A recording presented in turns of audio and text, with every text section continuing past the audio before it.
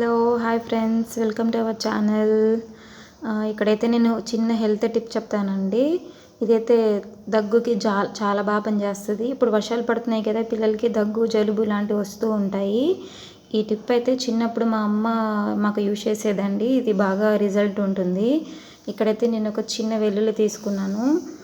వెల్లుల్లి ఇంకా 2 మిరియాలు తీసుకున్నాను. 2 మిరియాలు ఇంకా ఉప్పు అండి. ఉప్పు మనం టేస్ట్ని తగ్గట్టు కూడా వేసుకోవచ్చు.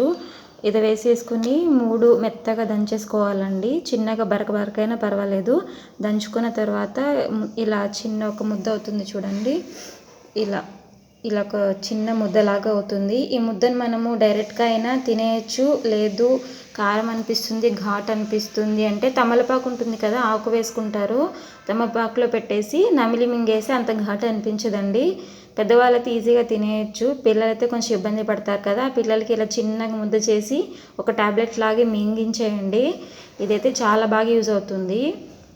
ఒక దగ్గు స్టార్ట్ అయింది అని అనుకున్నప్పుడు ఒక 3 days అండి, నైట్ టైంలో పిల్లలకి ఇలా చిన్నగా ముద్ద చేసి ఇచ్చేసామంటే చాలా బాగా యూజ్ అవుతుంది. ఒక చిన్న ముద్ద చేసి నీళ్లు పోసి దానికి తాగిచ్చేసేయండి.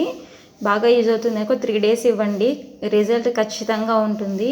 పిల్లలకి ఘాటు అనిపిస్తుందంటే ఒక్క మిరియము, ఒక కొంచెం సాల్ట్, అదే రాక్ సాల్టే వేయాలండి. ఎప్పుడైనా కానీ రాళ్ళ ఉప్పే మంచిగా పనిచేస్తుంది.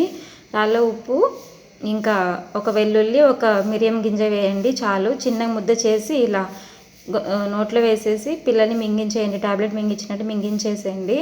ఇదైతే చాలా బాగా వర్క్ అవుతుంది. ట్రై చేయండి. Thank you. ప్లీజ్ లైక్ చేయండి, షేర్ చేయండి, సబ్స్క్రైబ్ చేసుకోండి ఫ్రెండ్స్. మీ సపోర్ట్ ఉంటేనే మేము ముందుకు వెళ్ళగలుగుతాము. Thank you. Bye bye.